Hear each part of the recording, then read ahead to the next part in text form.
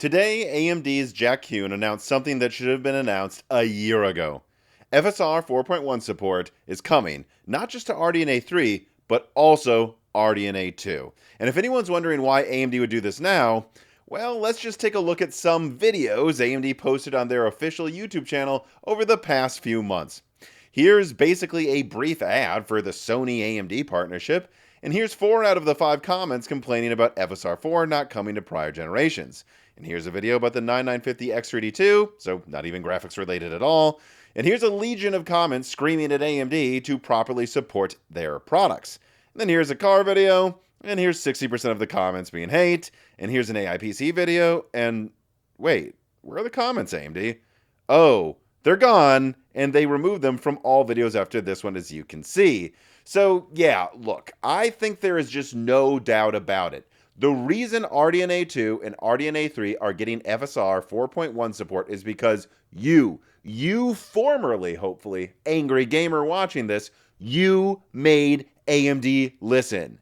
Good job. And by the way, I hope this victory is taken to heart for the people that say that we're just going to have to swallow DLSS 5 from Nvidia. No, we won't. We can tell them we think it sucks. We can tell game devs we think some things suck, and we can cause change. We just proved it with FSR 4.1 finally coming to architectures before RDNA 4. And trust me, I was there raging with you this whole time. For those that don't remember, I actually exclusively leaked exactly a year ago that they were planning and actively working on bringing FSR 4 to RDNA 3. But then I also leaked eventually that AMD Context had told me that the development was paused. Like, they're not throwing away the idea. They didn't throw away their work. They just stopped working on it for the time being. And then I put out rage piece after rage piece. And you all did so too in the comments on YouTube and actually Twitter as well. This became a PR disaster for AMD. And there will be some that would say, well, look at AMD's earnings. Why would they care about gamers? Because they couldn't post about anything. They couldn't talk to professionals about AI, server, or anything on Twitter without all of their comments being swamped by angry gamers. And so even if AMD didn't care about gamers, we made them care about us. And well, there's one thing to tackle though. Why now exactly? Because I see some people saying that it has to be for the Steam machine, which, look, I have no doubt that has something to do with it. After all, Valve has already hinted publicly that they were investigating bringing better upscaling to the Steam machine. So the Steam machine's impending launch, yeah, that might have something to do with why now. But ultimately, if you actually look at when AMD turned off comments on their YouTube channel, it was as recent as about a couple weeks ago. And so I think that is still mostly what happened. Recently, someone told Jack Kuhn, we have to turn off comments on our YouTube channel because everyone is swamping them and it looks very unprofessional to our partners that aren't even in gaming that are looking at our YouTube videos. And then it must have finally hit home. And they looked at the work they're doing with Valve. They looked at PlayStation 5 Pro basically already getting this, and they said, all right, it is time to finally do this. And by the way, I am sure that this was a fairly recent decision because, well, actually someone reached out to me today because they had just been briefed by AMD reps on a bunch of stuff about upcoming products. And I actually then talked to this person on the phone, verified who they were, and yeah, they were legit, and they were briefed by AMD. And in this briefing, someone in the meeting asked, when is FSR 4 coming to RDNA 3? And the rep said they don't think it's ever coming to RDNA 3. Hours later, Jack Kuhn announces this. Now look, I'm not stupid. I'm not naive. I know not everyone at AMD all over the world knows every decision being made at the executive level instantly.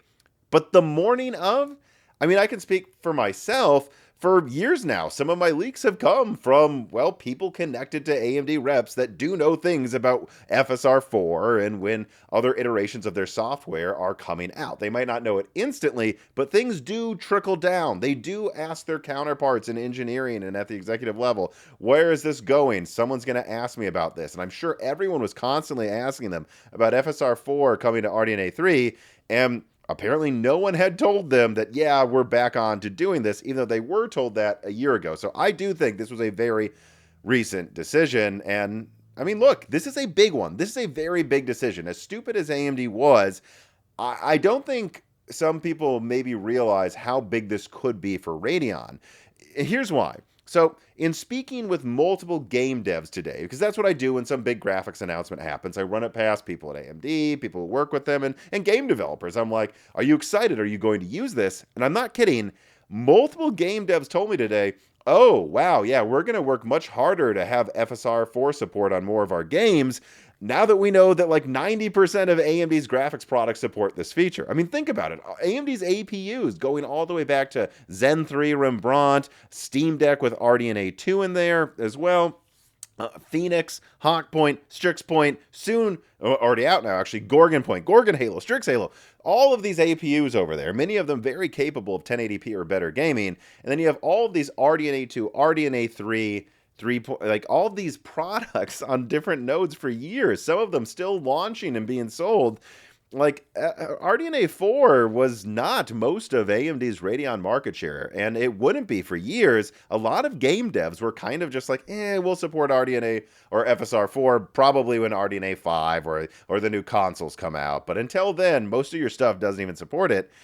I think there's a good chance that the underwhelming uptake of FSR 4 support was at least partially linked to the fact that AMD was too stupid to make it work on most of their products, but now they will. And by the way, it's not just desktop RDNA 2 and RDNA 3 products. I know that AMD's been a little weird in their messaging today, and I've seen some people on Twitter say that it seems like it's not coming to anything but those desktop generations. And I'm here to tell you that is not the case, according to my sources. And I want to leak that info to you and also discuss why Xbox Series X, near the end of this console gen, may finally have a hardware advantage over the PS5 due to FSR 4.1 coming to RDNA 2.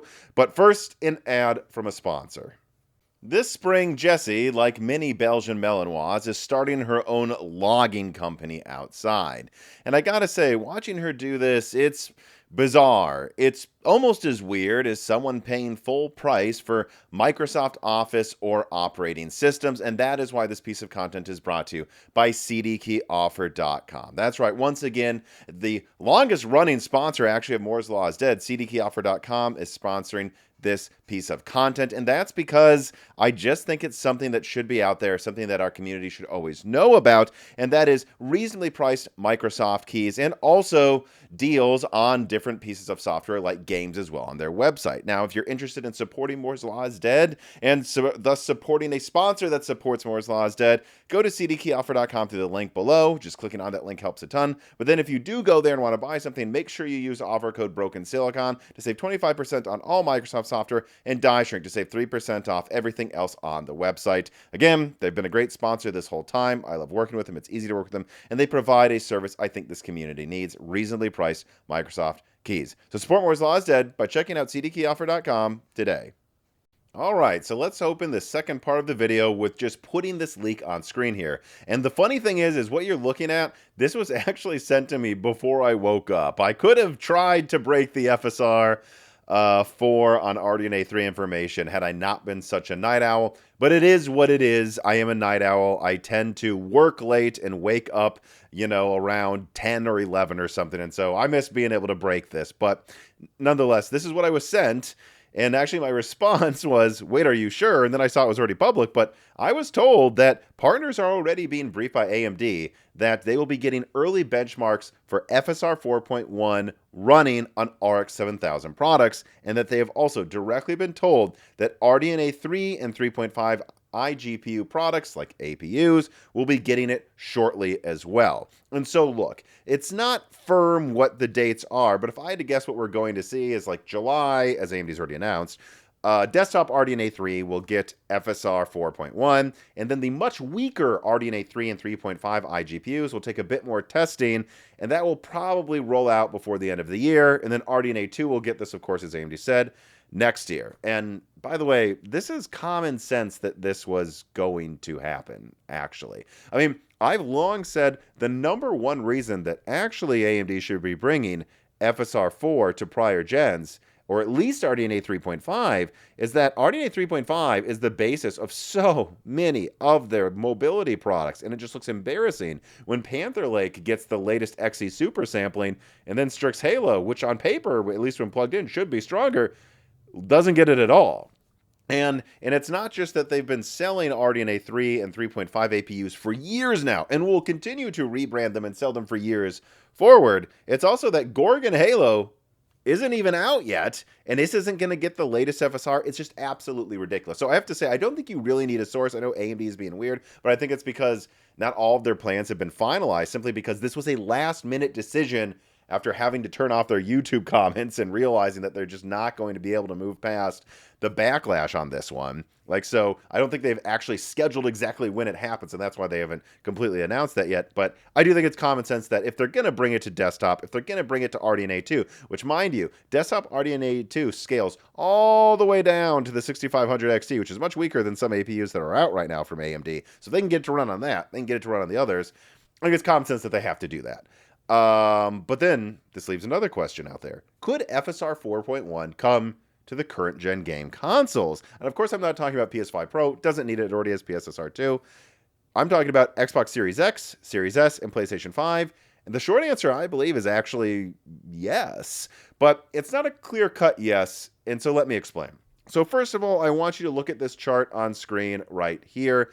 And by the way, don't look away from the screen right now. This is actually a time for you to look over what I'm showing you, as we need to be clear-headed about how much better the PlayStation 5 Pro is at running these sorts of upscaling techniques with Int 8, which for the noobs watching, welcome. But also note that Int 8, this is just the form of data crunching of how architectures before AMD's RDNA 4 can handle the advanced AI upscaling of FSR 4. And as you can see, with 300 tops for the PS5 Pro versus the around 123 tops of the 7900 XTX, which was a $1,000 graphics card at one point with 24 gigabytes of RAM.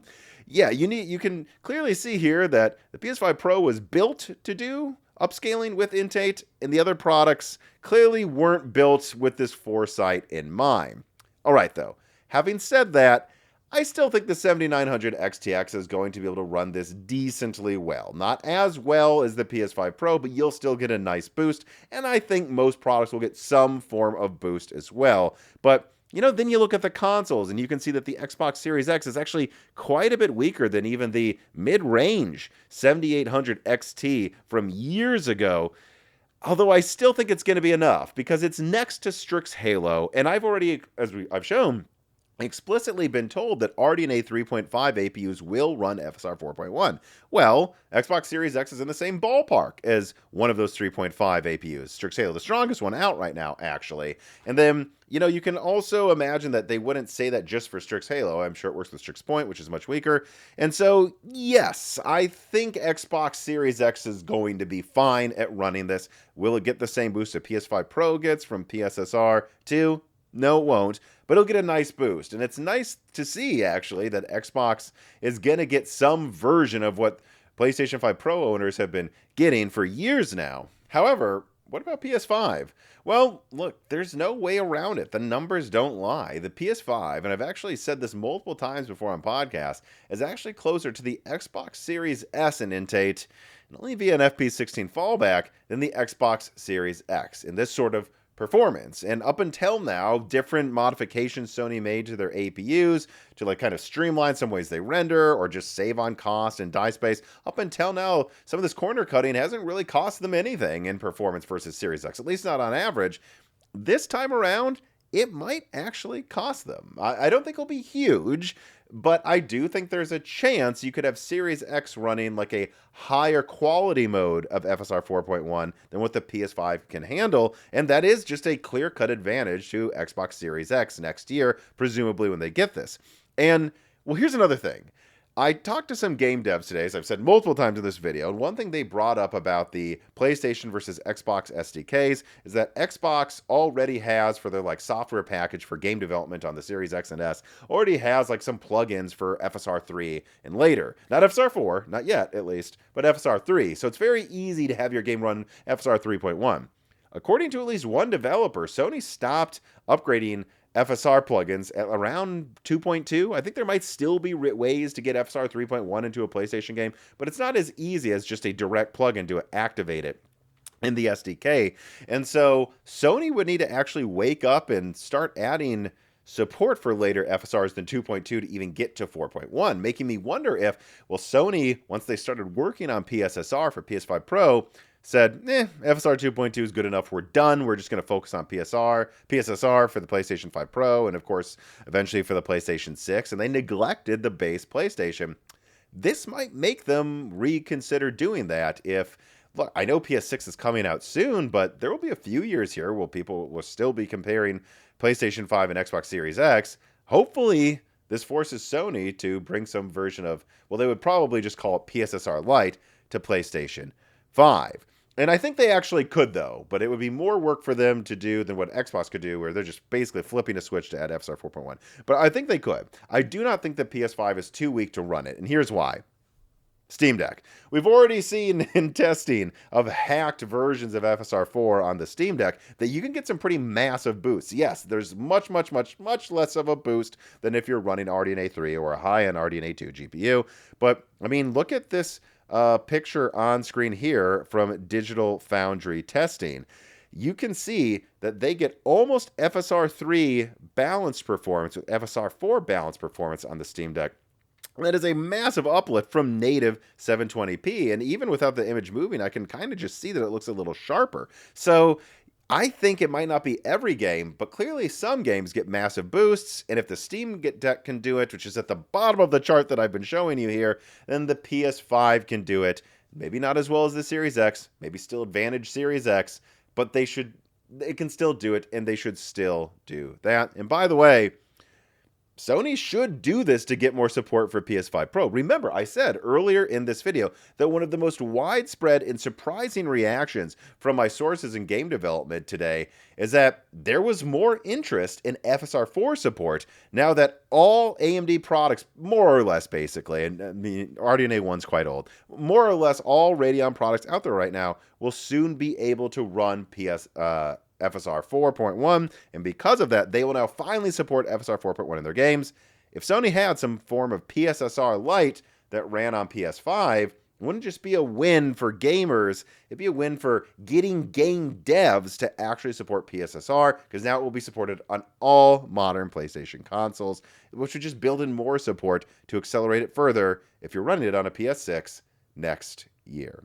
And all right, that is going to do it for this video. I hope you enjoyed it. I actually had a pretty big Intel leak that I was working on. Some of those Intel rumors out there, by the way, are not true. Some of them are true, some of them aren't, but I thought this was just too big of news. I was too interested in figuring out exactly what this all meant for every little product that I thought the Intel leak needs to be delayed at least a week. We'll just cover that then, and this needs to happen right now. So I hope you thought that was a good decision, but that means you really should subscribe to the Moore's Law Said YouTube channel, because there will be more leaks, more opinion pieces, and more podcasts coming out very soon, and you won't want to miss them. Also, please like the video, share the video, comment down below. I said quite a bit. I'm curious what you guys think about finally winning and getting AMD to do something pro-consumer here. They should have done a year ago, in my opinion.